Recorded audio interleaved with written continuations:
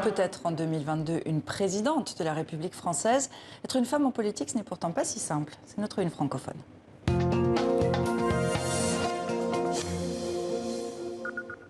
Avec nous deux femmes qui savent de quoi elles parlent. Julia Mouzon, bonsoir. Bonsoir. Vous êtes la fondatrice du réseau Élu Local. Vous travaillez à les former, à valoriser l'engagement des femmes en politique. Vous venez de refermer les 10e journées nationales des femmes élues auxquelles vous avez participé. Valérie Ferrarini, conseillère municipale de Marignist en Haute-Savoie. Bonsoir à vous aussi. Bonsoir. Une première réaction à cette nomination, à cette élection à l'interne du Parti Les Républicains de Valérie Pécresse.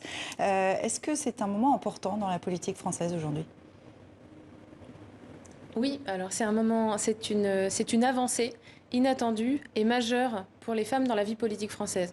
C'est la première femme à gagner l'investiture du Parti Les Républicains. On se souvient des difficultés dans lesquelles Nathalie Kosciusko-Morizet avait été sur cette même investiture aux primaires en 2016. Elle avait terminé avec moins de 3% des voix. Les difficultés également sur la candidature de Nathalie Kosciusko-Morizet à la mairie de Paris.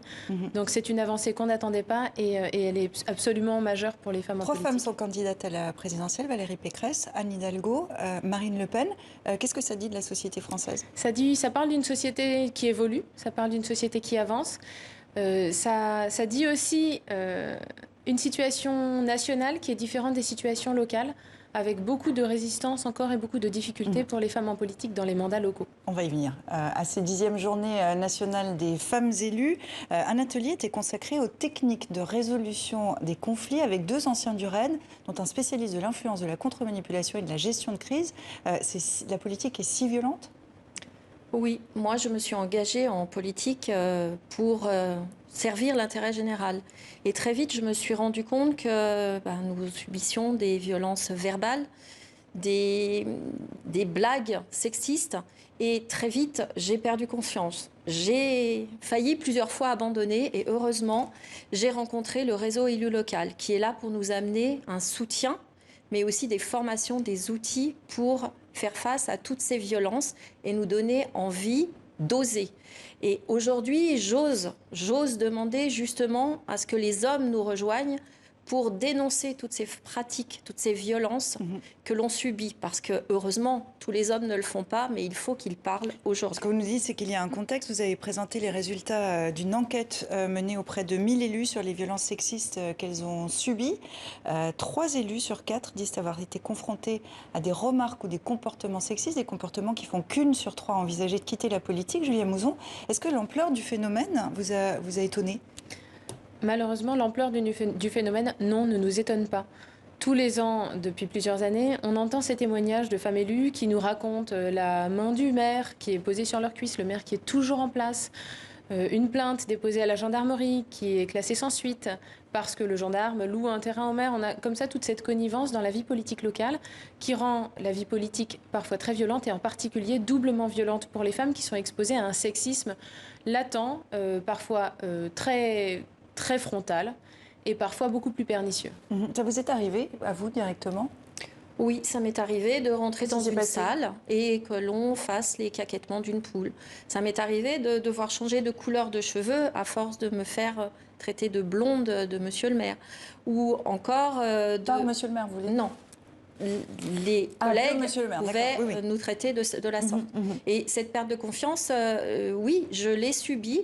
Et aujourd'hui, j'aimerais que d'autres élus ne la subissent plus pour qu'on puisse avancer parce que je crois et j'ose croire que demain, tout ira mieux. Et d'ailleurs, les résultats d'aujourd'hui nous prouvent que l'on est capable de mettre une femme à la tête de primaire. Ce que l'époque nous dit aussi, c'est qu'il y a encore un peu de chemin à faire. Il y a 3 semaines, près de 300 femmes ont signé une tribune dans le quotidien français Le Monde. Elles demandent d'écarter les auteurs de violences sexuelles et sexistes de la sphère politique. Je vous pose la question aux deux. Est-ce que l'heure du MeToo est arrivée dans la vie politique française ? Oui, l'heure du MeToo est arrivée dans la vie politique française avec des étapes à franchir pour que les témoignages et la parole se libèrent. Donc la première étape, effectivement, c'est de dénoncer ces violences. Pour que ces violences puissent être dénoncées, il faut que les femmes se sentent fortes. Et les femmes se sentent fortes quand elles se parlent. Donc nous, on a ces formations, mais on voit bien que le rôle du réseau, le rôle de la parole des femmes qui se libèrent dans ces réseaux, c'est un des aspects les plus importants de ces rencontres et de ces échanges. Et c'est ça qui permet véritablement de faire changer la situation. Et après, c'est la visibilisation des auteurs, parce qu'aujourd'hui, les hommes politiques qui agressent les femmes politiques, qui harcèlent les femmes politiques, ne changent de comportement que lorsque leur comportement est exposé sur les réseaux sociaux, dans des vidéos, dans les médias. Donc on en est à cette étape-là du MeToo politique. Sous-entendu, il y a une omerta dans la vie politique française? Je pense qu'on n'ose pas dire, que l'on soit une femme ou un homme, on n'ose pas dire parce qu'on a peur que les portes de la vie politique se referment si on ose prendre la parole. Ça, c'est propre à tous les domaines. Est-ce qu'en politique, c'est pire? Oui, C'est un mais monde à part, justement, la politique? Pour moi, le monde politique doit être exemplaire pour justement que la société change. Nous devons, nous, en politique, montrer l'exemple.